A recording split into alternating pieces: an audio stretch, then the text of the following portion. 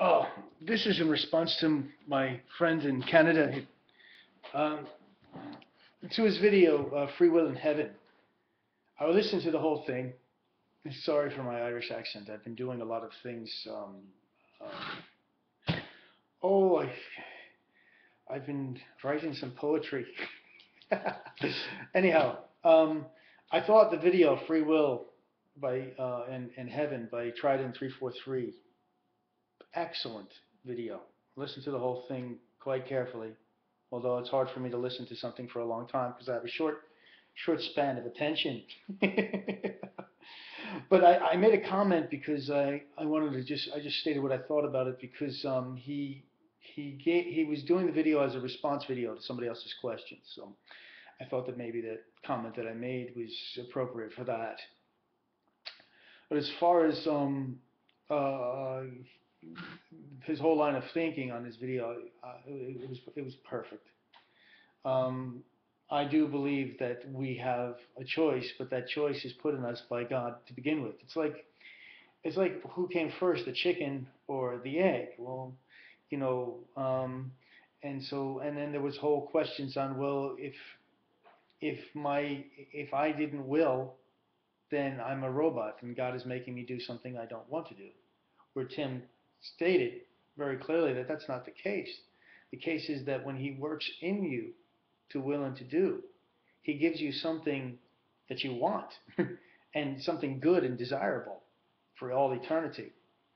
The scripture reference is used for the idea that we choose. It was in Matthew, take my yoke upon you and learn of me. It was clearly an invitation, absolutely. But that's one invitation, according um, to other parts of the scripture, that you accepted and you chose because it was worked in you to choose that. So take my yoke upon me. I would say that in respects to that would be John 15. You didn't choose me, but I chose you. And it was implying the idea that you thought you chose me, but you didn't choose me. I chose you. And there's the other scripture where God works in you both to will and to do for His good pleasure. But that doesn't make you a robot doing what you don't want to do. It's actually desirable you want that, and you're given great gifts. And then he went on to talk about in this video um, his position. Well, there were other scriptures, of course, that he used. John, all that the Father has given me, and notice the statement "given me," and then we can go back to the Revelation one that he brought up, but I can't remember everything, and then the one choose this day who are you going to follow, and obviously they chose, but then again I'd have to say that God put it in them to choose, or gave them the ability, the faith to choose. Be that, and so that's, you know, having said that, he went on to the angelic rebellion, and this is very interesting because the angels did rebel, but looking at Satan being the chief prosecuting attorney, the one who was the most legal angel there was, the one that accuses us and who is perfect when it comes to the law. But he stepped over those bounds when he wanted to become God himself.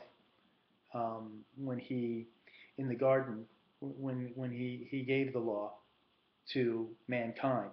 But this was all God's plan because the idea of rebellion against God because, well, you think that you know better or that you want to be autonomous, the pride of all of that because you are the best, top angel, top person, had to be addressed because it had to do with everything that man is and and that the angels were. And so this whole plan or play that was played out was just for the purposes of showing that God is God, and without God being God, then absolute power will corrupt, absolutely. And this is the case. And and then to show the answer is not trying to be more legal because that causes more corruption, but to understand God's grace in the blood in Jesus Christ, which I thought that Tim brought that out in that video too. Anyway, just letting you know that that was my position on it, that I really did enjoy listening to it. And just to let you know, Tim, that's where I am. Absolutely with you. As a matter of fact, I couldn't have stated it better. Thanks.